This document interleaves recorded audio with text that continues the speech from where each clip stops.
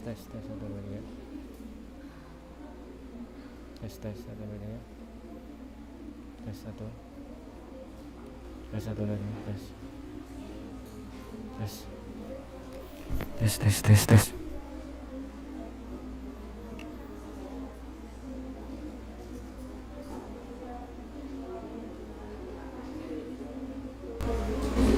Tes satu dua tiga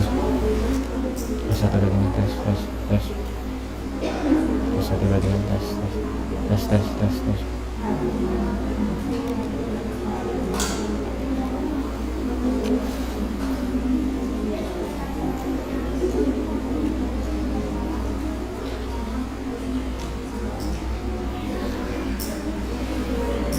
Bilan, saya situ dalamnya.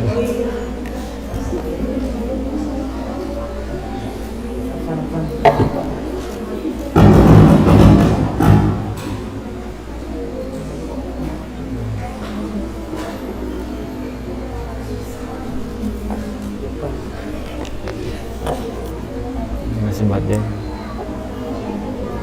Ya. Bismillah.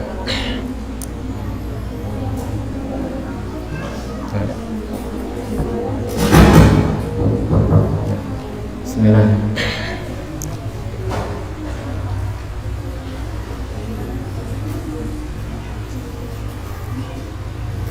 Assalamualaikum warahmatullahi wabarakatuh.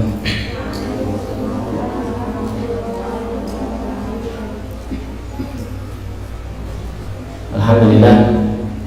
Wassalatu wassalamu ala rasulillah nabiyyina Muhammad ibn Abdillah wa ala alihi wa ashabihi wa man tabi'ahum bi ihsanin ila yaumil qiyamah, amma ba'd. Para hadirin yang semoga senantiasa dirahmati Allah Subhanahu wa taala.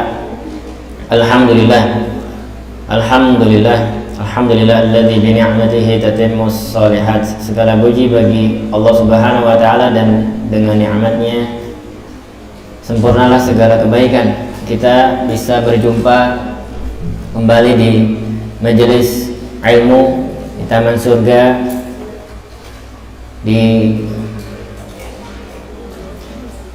majelis yang mana Allah Subhanahu wa taala janjikan diangkat derajatnya oleh Allah Subhanahu wa taala, sebagaimana dalam surat Al-Mujadilah Allah Subhanahu wa taala berfirman, a'udzubillahi minasyaitonir rajim, yarfa'illahu alladhina amanu minkum walladzina utul ilma darajat. Allah mengangkat derajat orang-orang yang beriman di antara kalian dan orang-orang yang berilmu.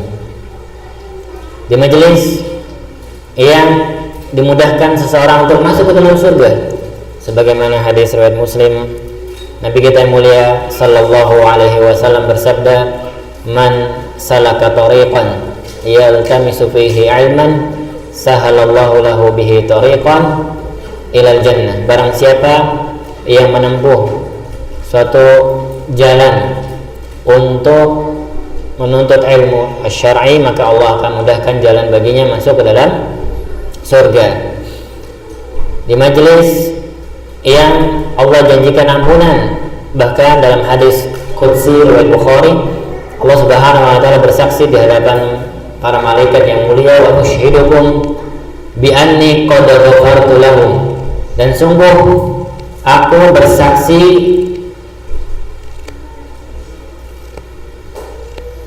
di hadapan kalian wahai para malaikat yang mulia, benar-benar aku akan mengampuni dosa-dosa mereka. Mereka di sini maksudnya diantaranya yaitu orang-orang yang hadir di majelis ilmu.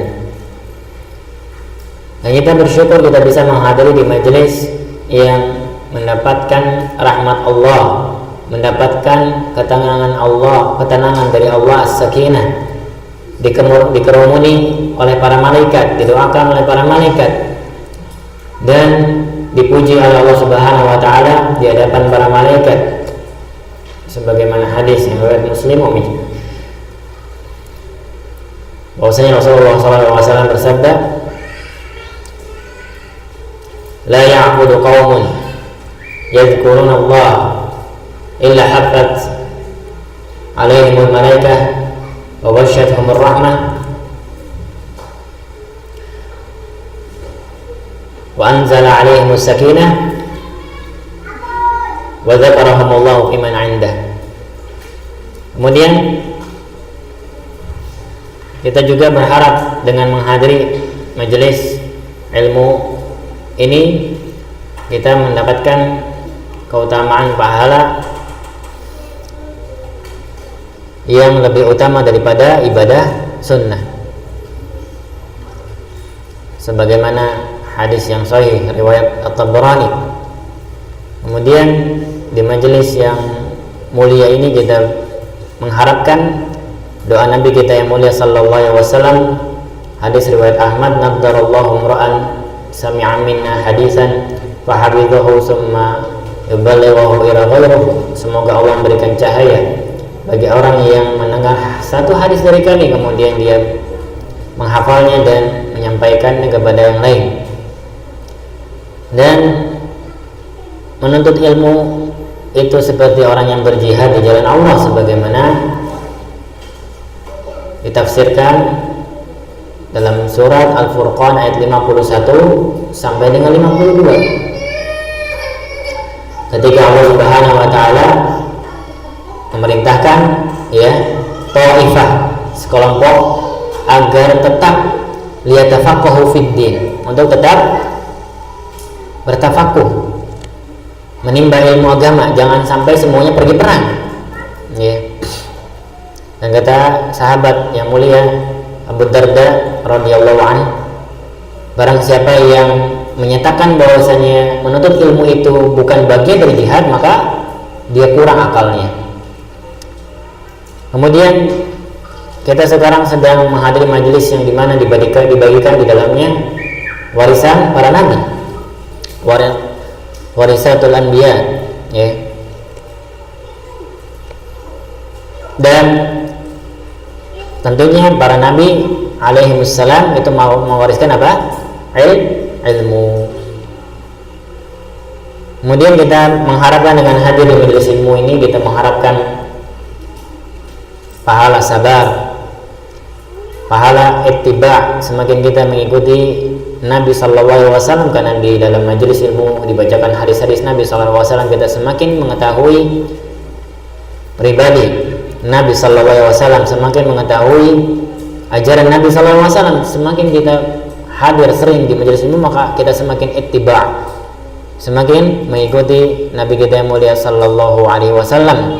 Dan khusus yang hadir di majelis di masjid, khusus yang menghadiri majelis ilmu di masjid, kita mohon kepada Allah tabaraka wa taala agar kita mendapatkan dua pahala. Yang pertama yaitu pahala i'tikaf, yang kedua pahala haji yang sempurna, sebagaimana hadis riwayat Tabrani dari Nabi sallallahu alaihi wasallam, man qada ila masjidin, barang siapa yang pergi zahaba, goda di situ maknanya zahaba, pergi ke masjid, la yuridu, tidaklah dia pergi ke masjid melainkan dia ingin menuntut ilmu atau mengajarkan ilmu, maka kata Nabi SAW, dia akan mendapatkan pahala haji tamat hajjatuhu, yang pahalanya tersebut, pahala hajinya sempurna. Dan khusus kajian seperti sekarang ini, ba'da maghrib sampai isya, kita juga berharap kepada Allah tabaraka wa ta'ala pahala intizar shalah ba'da shalah, pahala menunggu salat setelah salat. Fadzalikumur ribat, kata Nabi SAW, fadzalikumur ribat, sungguh itu seperti pahala orang yang menjaga, yang berjaga di perbatasan ketika terjadi perang. Pahalanya sangat besar di sisi Allah Subhanahu wa taala. Maka saya menasihati saya pribadi dan yang hadir di sini semuanya, semoga Allah Subhanahu wa taala mudahkan kita untuk senantiasa menghadiri majelis ilmu, khususnya majelis yang tatap muka atau majelis yang langsung online, yang live, bukan rekaman, karena keutamaan yang disebutkan ini secara khusus itu berlaku ketika menghadiri kajian secara tatap muka langsung, atau ketika menghadiri majelis online ketika menghadiri majelis yang langsung, siaran langsung, kecuali pahala i'tikaf, pahala haji sempurna dan pahala intidharus shalah ba'da shalah tidaklah didapatkan kecuali di masjid. Para hadirin sekalian, semoga dirahmati Allah Subhanahu wa taala, pada pekan yang lalu kita sudah membahas jenis-jenis kekufuran. Kekufuran itu ada berapa jenis? Secara garis besar ada dua, ada kufur akbar, kekufuran yang bisa menyebabkan seseorang itu keluar dari agama Islam, waliya'udzubillah. Kemudian yang kedua, kufur asghar, kufur yang itu tidak menyebabkan seseorang keluar dari agama Islam, namun kekufuran ini juga termasuk kekufuran yang berbahaya, dosa besar. Kita mohon kepada Allah Subhanahu wa taala dari semua jenis kekufuran tersebut. Nah, kita sudah bahas ya, ada 5 jenis kekufuran yang itu bisa mengeluarkan seseorang dari agama Islam. Kekufuran yang pertama, kufur takdzib, kufur mendustakan ajaran Nabi sallallahu alaihi wasallam, mendustakan syariat Islam. Kemudian yang kedua, kufrul iba. Apa itu kufrul iba? Wal istikbar, kufur enggan, sombong, namun dia masih membenarkan. Nah, ini termasuk tetap saja bisa mengeluarkan seseorang dari agama Islam, waliya'udzubillah. Kemudian kufur yang ketiga, kufur syak. Apa itu kufur syak? Ragu-ragu. Dia ragu-ragu apakah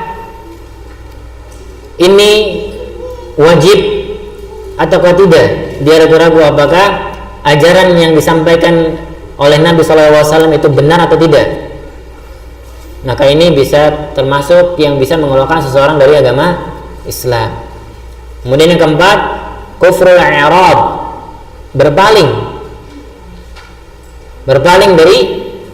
dari apa yang ditetapkan dan ditentukan oleh Allah Subhanahu wa taala. Peringatan-peringatan yang disampaikan oleh Rasulullah SAW berpaling. Waliya'udzubillah. Kemudian yang terakhir, kufur nifaq. Apa itu kufur nifaq? Yaitu kufur yang terkait dengan kemunafikan, yang kita akan bahas perincian jenis-jenis kemunafikan pada malam hari ini insyaallah taala. Semoga Allah mudahkan.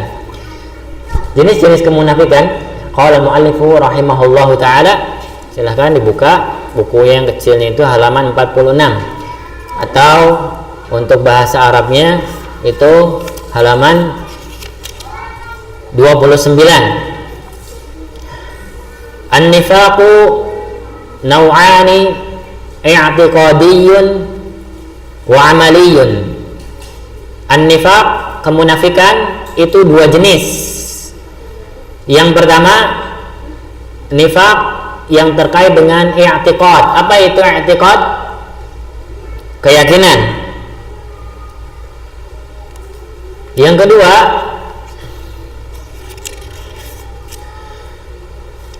wa amaliyun, nifaq atau kemunafikan yang terkait dengan amal. Nifaq amali. Jadi ada 2 macam. Apa yang pertama? Nifaq i'tiqadi. Yang kedua nifaq amal, nifaq amali. An-nifaq wal i'tiqadi 6 anwa'in. Nifaq, kemunafikan yang terkait dengan i'tiqad, keyakinan, itu ada berapa macam? Ada 6. Sahibuha min ahli darkil asfali minan nar. Dan ketika seseorang melakukan salah satu dari 6 jenis kemunafikan ini, maka dia kelak akan berada di kerak api neraka. Na'udzubillah min dzalik, nasallallahu salamata wal afiyah. Tentunya ketika meninggal dalam keadaan masih memiliki kemunafikan ini, belum bertaubat, sampai meninggal belum bertaubat, na'udzubillah min dzalik, maka dia akan berada di kerak fid darkil asfali minan nar, dalam surat An-Nisa Allah sebutkan ya. Nah, kita harus yakin dengan saya yakin-yakinnya. Yang pertama al-awwal takdzibur rasul. Yang pertama yaitu mendustakan Rasulullah sallallahu alaihi wasallam. Ya, antum bisa tambahkan ya. Untuk dalil fid darkil asfali minan nar itu ada dalam surat An-Nisa ya. Ayat 145.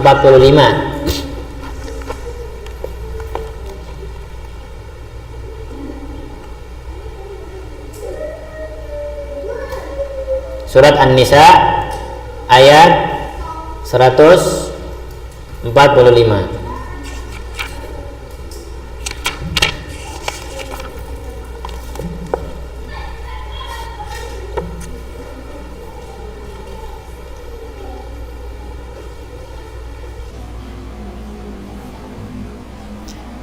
Allah Subhanahu wa taala berfirman, "Innal munafiqina fid darkil asfali minan nar." Sungguhnya orang-orang munafik itu tempatnya pada tingkatan yang paling bawah di kerak api neraka. Walan tajida lahum nasira, dan tidak akan mendapat pertolongan, tidak ada penolong pun, satu orang pun bagi mereka. Na'udzubillahi min dzalik.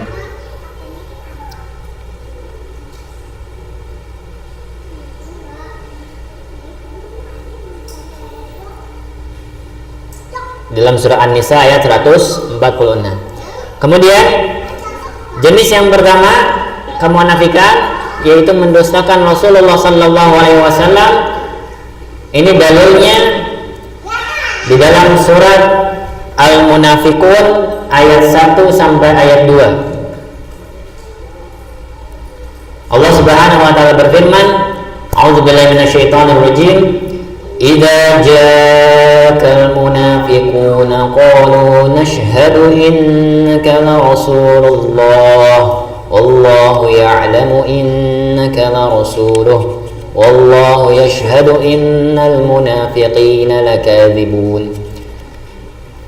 Artinya, apabila orang-orang munafik datang kepadamu, di sini kembali kepada siapa?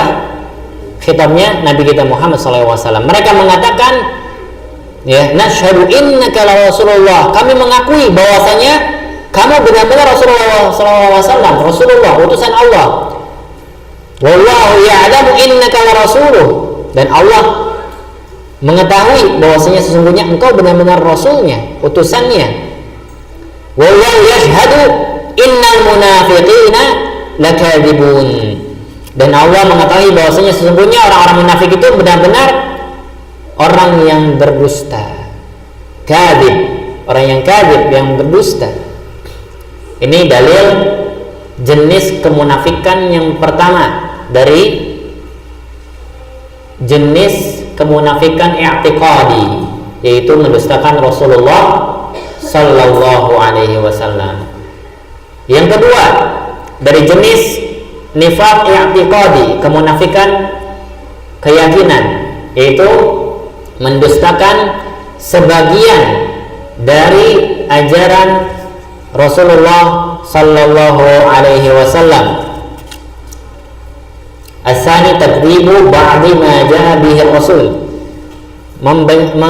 mendustakan sebagian ajaran perkara-perkara yang datang dari Rasulullah sallallahu alaihi wasallam. Hati-hati, sebagian ya didustakan itu bisa menyebabkan seseorang itu keluar ya dari agama Islam. Nifaq i'tiqadi ini sangat-sangat berbahaya. Kenapa? Karena dia tidak terlihat. Betul tidak? Betul. Dan sangat berbahaya. Kenapa? Karena bisa menyebabkan pelakunya keluar dari agama Islam. Waliyahzubillah. Untuk dalil yang kedua ini, mendustakan sebagian ajaran Nabi Sallallahu Alaihi Wasallam, yaitu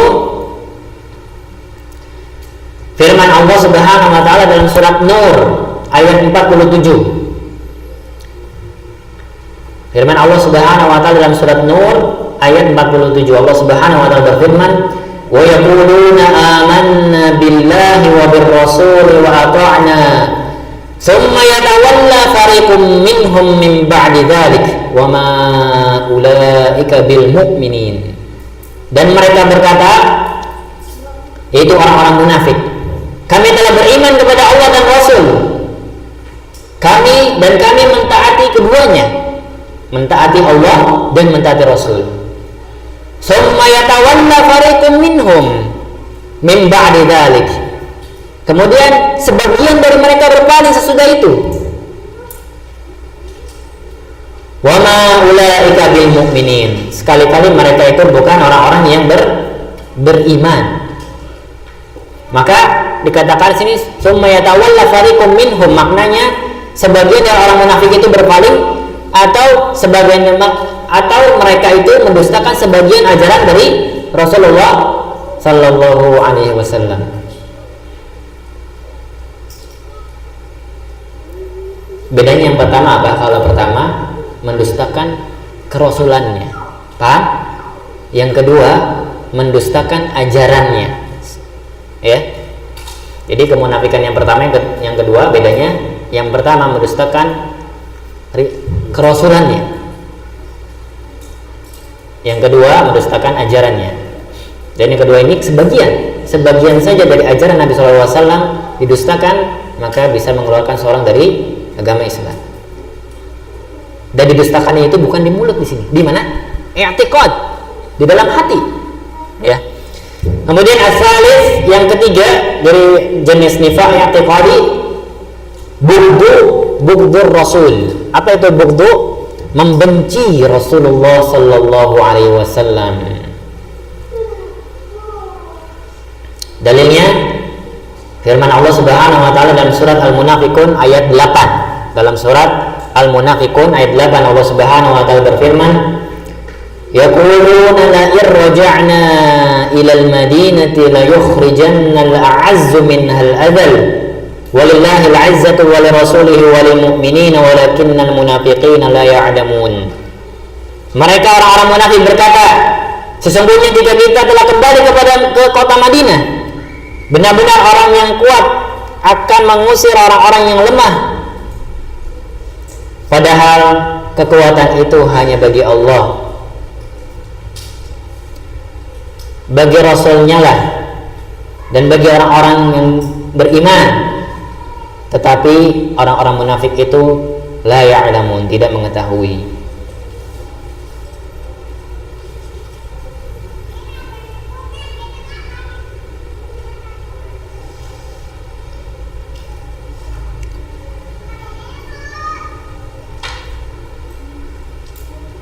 Nah, di sini dinyatakan oleh orang-orang munafik, mereka kalau seandainya kembali ke kota Madinah, ya, mereka benci kepada Nabi sallallahu alaihi wasallam.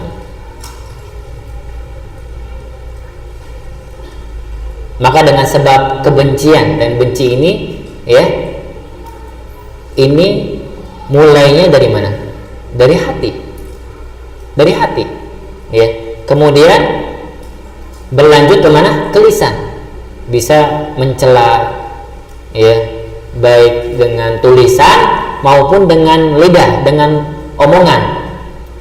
Kemudian dengan anggota badan, ya, tangannya membuat karikatur dan yang lain-lain. Atau tangannya menunjukkan isyarat, ya, benci kepada Rasulullah sallallahu alaihi wasallam. Na'udzubillahi min dzalik. Ini nifaq jenis yang keberapa? Yang ketiga. Sekarang yang keberapa? Yang keempat, ar-rabi'. Bughdu ba'di ma ja'a bihi Rasul. Membenci sebagian ajaran-ajaran yang datang dari Rasulullah sallallahu alaihi wasallam. Bedanya dengan yang ketiga, kalau ketiga membenci nabinya, sosoknya, orangnya, personnya, ya. Kalau yang keempat membenci ajarannya, misalkan membenci jenggot, membenci memakai pakaian, ya, celana di atas mata kaki.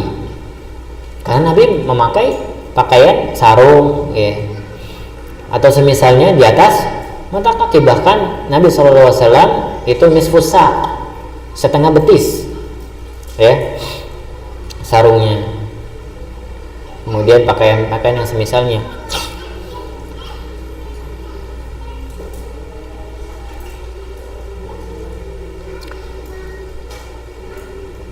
Bagi wanita, ya, hati-hati, ya, yaitu misalkan ajaran yang bagi wanita itu, misalkan contohnya apa, yang datang dari hadis Nabi Sallallahu Alaihi Wasallam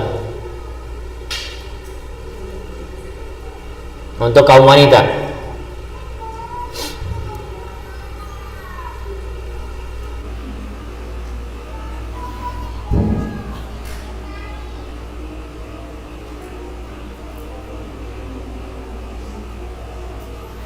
yaitu taat kepada suami, ya, taat kepada suami misalkan. Kemudian, ya, Allah Subhanahu Wa Taala dan juga dipraktekkan oleh Nabi Sallallahu Alaihi Wasallam melakukan, ya, poligami. Maka tidak boleh bagi wanita itu membenci syariat poligami. Ya, boleh-boleh saja seorang itu tidak mau dipoligami, tapi tidak boleh sampai membenci. Karena kalau dia sampai membenci, benar-benar dengan kebencian yang nyata, maka ini termasuk kemunafikan. Bahkan kemunafikan yang bisa mengeluarkan seorang dari Islam. Wa'iyadzubillah. Dalilnya untuk yang keempat ini, ya, yaitu firman Allah Subhanahu wa taala dalam surat At-Taubah ayat 54. Surat At-Taubah ayat 54, Allah Subhanahu wa taala berfirman, "Wa ma mana'ahum an tuqbala minhum nafaqatuhum illa annahum kafaru billahi wa bi rasulihi wa la ya'tuna as-salata illa wa hum kusala wa la yunfiquna illa wa hum karihun." Dan tidak ada yang menghalangi nafkah-nafkah mereka untuk diterima, melainkan karena mereka kafir kepada Allah dan Rasul-Nya, dan tidaklah mereka mengerjakan sholat melainkan dengan dalam keadaan malas, dan tidak pula mereka menafkahkan harta mereka, menyinfakkan harta mereka, melainkan mereka karihun. Apa itu? Benci. Jadi percuma sholat tapi etikotnya, keyakinannya benci, malas. Percuma infak tapi di dalamnya itu terpaksa enggan. Ya, wa ma mana'ahum an tuqbala minhum, tidak diterima di sisi Allah Subhanahu wa taala. Nauzubillah min dzalik. Salatnya tidak diterima, infaknya tidak diterima. Ini sebagian contoh yang disebutkan Allah Subhanahu wa taala dari amalan ibadah. Ya. Dan ingat, ketika seseorang itu keluar dari agama Islam, maka murtad. Kalau murtad, semua amalannya akan hapus. Ya. Allah Subhanahu wa taala berfirman dalam surat Az-Zumar, "La in asyrakta la yahbatanna 'amaluka wa la takunanna minal khasirin." Kalau seandainya engkau wahai Muhammad berbuat syirik, menyekutukan Allah, maka akan hapus amalmu. Wala takunanna minal khasirin, dan engkau wahai Muhammad termasuk orang-orang yang rugi. Ini Allah Subhanahu wa taala peringatkan kepada siapa? Rasulullah. Apalagi kalau kita yang melakukannya. Kemudian nifaq i'tiqadi yang kelima, al-khamis, al-masarratu bin khifadi dinir Rasul sallallahu alaihi wasallam. Merasa gembira, merasa senang. Merasa senang atas apa? Jika agama Rasulullah sallallahu alaihi wasallam, agama Islam dihinakan. Nah, ini ya, jangan sampai ada pada diri kita, jangan sampai ada di dalam dada-dada kita, hati kita. Ini termasuk nifaq i'tiqadi yang bisa mengeluarkan seorang dari agama Islam. Dalilnya dalam surat At-Taubah ayat 50. Surat At-Taubah ayat 50. Allah Subhanahu wa taala berfirman, "In tusibaka hasanatun tasuhum wa in tusibaka musibatun yaqulu qad akhadna amrana min qabl wa yatawallaw wa hum farihun." Jika kamu mendapatkan suatu kebaikan, mereka tidak senang. Mereka di sini siapa? Orang-orang munafik. Dan jika engkau wahai Muhammad ditimpa suatu bencana, mereka berkata, sesungguhnya kami sebelumnya telah memperhatikan urusan kami. Artinya dalam hal ini ketika berbicara surat At-Taubah ini peringatan untuk orang-orang munafik. Peringatan mereka itu enggan ikut apa? Perang. Karena orang-orang munafik ini diajak perang, mereka ngapain? Duduk-duduk, ya. Bahkan menjauh supaya nggak ketawa. Kemudian ketika kaum muslim pergi, mereka baru keluar, ya, ngumpet. Dan mereka berpaling dengan rasa gembira. Inilah, ya, perbuatan orang-orang munafik. Mereka berpaling dan gembira ketika orang-orang muslim itu kalah perang, ya. Ketika Nabi Rasulullah SAW kalah perang, mereka senang. Atau ketika agama Islam ini, ya, itu mundur, kemudian ditimpa yang musibah, dihinakan, maka orang-orang munafik senang. Hati-hati, ya. Dan ini banyak sekali, ya, orang-orang yang melakukan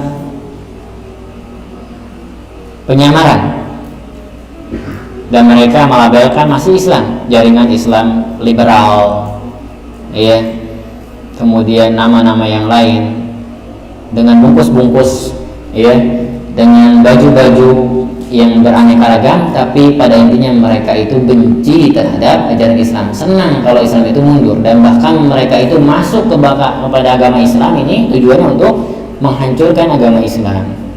Belajar Al-Quran, belajar bahasa Arab, belajar tafsir lain, tujuan untuk menghancurkan agama Islam. Wa'alaikumsalam. Baik.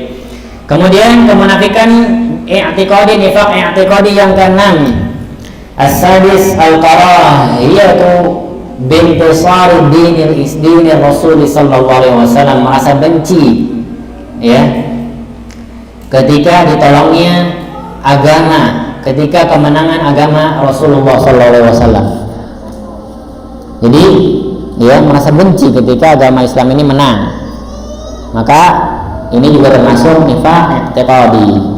Dalilnya dalam surat Ali Imran ayat 120, Allah Subhanahu wa taala berfirman, "In tamsaskum hasanatun tasurhum wa in tusibhum sayyi'atun yafrahu biha wa in tasbiru wa tattaqu la yadurrukum kaiduhum syai'a innallaha bima ya'maluna muhit." Jika kamu memperoleh kebaikan, misalnya mereka bersedih hati. Ini orang-orang munafik.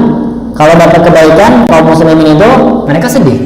Tapi kalau misalkan dapat bencana, orang-orang muslim Islam itu jaya, mereka bergembira, yafrahu biha, gembira. Ya. Jika kamu bersabar tetap niscaya tipu daya mereka sedikit pun tidak akan mendatangkan kemudaratan bagimu. Sungguhnya Allah Subhanahu wa taala mengetahui apa yang mereka kerjakan. Baik, kemudian nifaq amali, ya, nifaq amali. Nifaq amali ini, ya, nifaq asghar, nifaq yang kecil, nifaq yang paling banyak terjadi di tengah-tengah kaum muslimin. Dan nifaq ini, ya, tidak menyebabkan seseorang keluar dari agama Islam, hanya saja dosa besar. Ini terangkum dalam dua hadis Nabi Sallallahu Alaihi Wasallam. Hadis yang pertama diriwayatkan Bukhari dan Muslim, ya. Kemudian ditambahkan dalam riwayat yang lain, ya. dari jalur Ahmad, kemudian Abu Dawud dan Tirmizi, ya. Nabi SAW bersabda, ayatul munafiqu salatun, idza haddatha kadzaba, wa idza wa'ada akhlafa, wa idza tumina khana. Kemudian Nabi SAW melanjutkan, idza khasama fajara, wa idza ahada ghadara. Tanda-tanda orang munafik ada 3, yaitu jika berbicara ada dusta, yang kedua jika berjanji menyelisihi, yang ketiga jika diberi amanah berkhianat, yang keempat dalam riwayat yang lain tambahan jika berdebat melampaui batas, kemudian jika dia mengadakan perjanjian maka dia melanggar. Nah, ini 5 jenis nifaq amali yang sering terjadi, ya. Dan kita mohon kepada Allah Tabaraka wa Ta'ala agar kita dilindungi dari semua jenis-jenis kemunafikan, baik nifaq yang akbar, yang besar, maupun nifaq yang asghar, yang kecil, yang kita tidak boleh meremehkan. Meskipun ya nifaqnya asghar, bukan masalah asghar yang kecilnya, tapi kemunafikan ini adalah bibit-bibit, ya, yang bisa mengantarkan seseorang ini kepada perbuatan yang bisa mengeluarkan dia dari agama Islam. Waliya'udzubillah, wallahu a'lam bishawab. Ini saja yang bisa disampaikan pada pertemuan malam ini. Mohon maaf jika ada yang penyampaian kurang salah, yang kurang tepat, dan juga hal-hal yang lainnya yang itu merupakan kekurangan dari saya pribadi ataupun dari syaitan. Saya mohon ampun kepada Allah Subhanahu wa Ta'ala. Adapun yang benar itu datang dari Allah, hidayah taufik, dan kita mohon kepada Allah Subhanahu wa Ta'ala agar Allah Subhanahu wa Ta'ala senantiasa berikan kita ilmu yang bermanfaat dan memudahkan kita untuk mengamalkannya dan mengajarkannya. Allahumma anfa'na bima 'allamtana wa 'allimna ma yanfa'una wa zidna 'ilman ya rabbal alamin. Wassallallahu ala nabiyina Muhammadin walhamdulillahi rabbil alamin. Kan bisa azan dulu.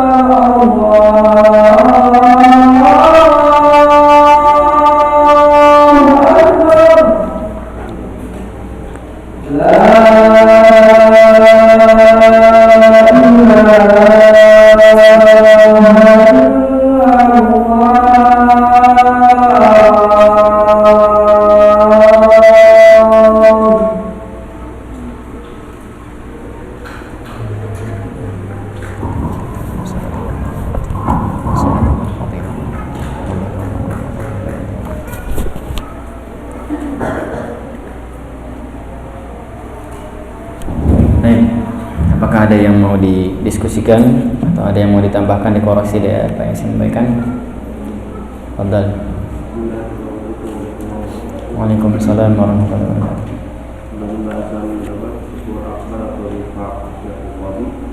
Mengeluarkan seorang dari Islam, jika orang itu melakukan, maka dia harus bersyahada ulang seperti saksi dalam bersyahada. Baik. Barakallahu fik. Semoga Allah memberkahi antum, keluarga antum, kita semua dan kaum muslimin. Allahumma amin. Terkait nifaq i'tiqadi, ya. Ini penyakit yang berbahaya dan seseorang terkadang ya, ketika dia belum mengetahuinya, maka kita sudah mempelajari al-uzru bil jahl, yaitu uzur kebodohan yang kita sudah sebutkan, diantaranya ada 6 ya. Dan termasuk ketika seseorang itu sudah disampaikan hujjah namun dia belum paham, dia tidak paham atau gagal paham, maka ini termasuk uzur kebodohan. Maka dari hal-hal yang sudah disebutkan di sini, ketika seorang melakukannya, tentunya kita berhati-hati dalam menta'yin, menghukumi. Terkait perbuatan ini kita yakini bahwa semuanya ini bisa mengeluarkan seseorang dari agama Islam. Namun ketika dilakukan oleh seseorang tersebut, apakah langsung kita keluarkan dari agama Islam? Yang pertama, yang berhak mengeluarkan bukan kita. Yang berhak mengeluarkan ketika zaman Nabi SAW siapa? Rasulullah SAW. Dan Rasulullah SAW diberitahu oleh malaikat Jibril, ya, siapa-siapa saja orang-orang munafik. Dan Nabi SAW biasanya setelah sholat bertanya, ya, aina fulan. Ketika sholat berjamaah, Nabi SAW bertanya. Khususnya bertanya ketika setelah sholat subuh dan sholat Aisyah bertanya. Lalu ditanya, tidak ada. Kemudian ditanya lagi, tidak ada lagi. Dan kemudian Nabi SAW ya menyebutkan bahwasanya sungguhnya 2 waktu sholat ini adalah sangat berat bagi orang-orang munafik. Maka di antara ciri orang munafik adalah mereka tidak menghadiri sholat berjamaah subuh bagi laki-laki ya, dan tidak menghadiri sholat berjamaah isya. Namun ya, kita lihat apakah Nabi Sallallahu Alaihi Wasallam langsung secara terang-terang mengatakan si fulan itu kafir, yang munafik tersebut? Ternyata tidak. Bahkan yang sudah jelas-jelas munafikannya, yang mencela Nabi SAW seorang yang memiliki perut yang buncit, yang ini dan itu, kemudian mereka tertawa dan akhirnya turun ayat, ya, la ta'tadiru qad kafartum ba'da imanikum, ya. Maka Nabi tidak langsung, ya, Sallallahu Alaihi Wasallam, karena fitnahnya itu besar. Mereka ini masih dalam keadaan beragama Islam, keyakinan mereka di dalam hati. Dan ketika ya Nabi jelas-jelas terang-terang mengkafirkan, maka ya nanti orang-orang kafir akan berkomentar Nabi Muhammad SAW telah mengkafirkan siapa? Sahabatnya. Ya. Maka ini penyakit yang berbahaya yang menimpa ketika seseorang dan seseorang tersebut tidak bisa langsung dikafirkan. Ya. Jadi tadi pertama yang berhak mengkafirkan siapa? Ulil amri di zaman Nabi SAW. Kalau sekarang siapa? Ulama. Ulil amri ini bukan pemerintah, bukan ulama, tapi ulama yang rabbani, yang tahu dan dia mengetahui seseorang tersebut, bukan qila waqal atau muridnya membawakan berita kepada gurunya si fulan ini akhirnya dihukumi munafik, tidak, tapi langsung. Kemudian yang kedua terkait dengan orangnya, maka orang tersebut harus terlepas dari al-uzur bil jahl, uzur kebodohan. Itu sudah bahas ya dalam kebohongan. Bahasanya kalau sudah berbahasa di situ, maka dia tidak maafkan. Tapi kalau dia ya tidak termasuk yang diberi uzur, seperti bercanda, bercanda, ya, menghina Nabi, itu tidak ada toleransi, tidak ada uzur dalam kejadian dalam masalah ini. Gak mungkin seseorang agama Islam dia saya belum tahu masalah ini. Ini dikatakan oleh Syekh Fauzan, ya, para ulama kibar, kalau seseorang muslim ya dengan sengaja mengolok-olok Nabi, mengolok-olok ajaran Nabi SAW, mengolok-olok Nabi, membuat karikatur dalam keadaan bercanda atau ini, meskipun dia saya belum tahu hukumnya munafik ini, tetap ya tidak ada uzur dalam masalah ini.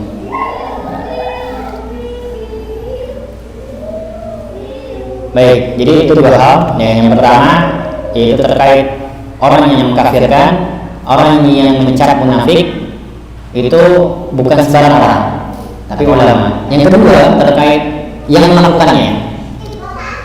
Kalau misalkan dia dalam keadaan memiliki uzur kebodohan, maka dimaafkan.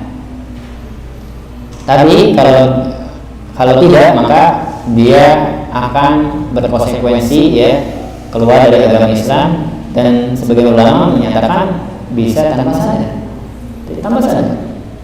Dan kalau dia tidak bertobat, ya, dengan taubat nasuha meninggal, maka dia meninggal dalam keadaan kafir. Namun terkait jenazahnya gimana? Para ulama berbeda pendapat, ya Allah a'lam. Artinya kalau misalkan ya secara zahir ya dia Islam, maka dia hukum Islam.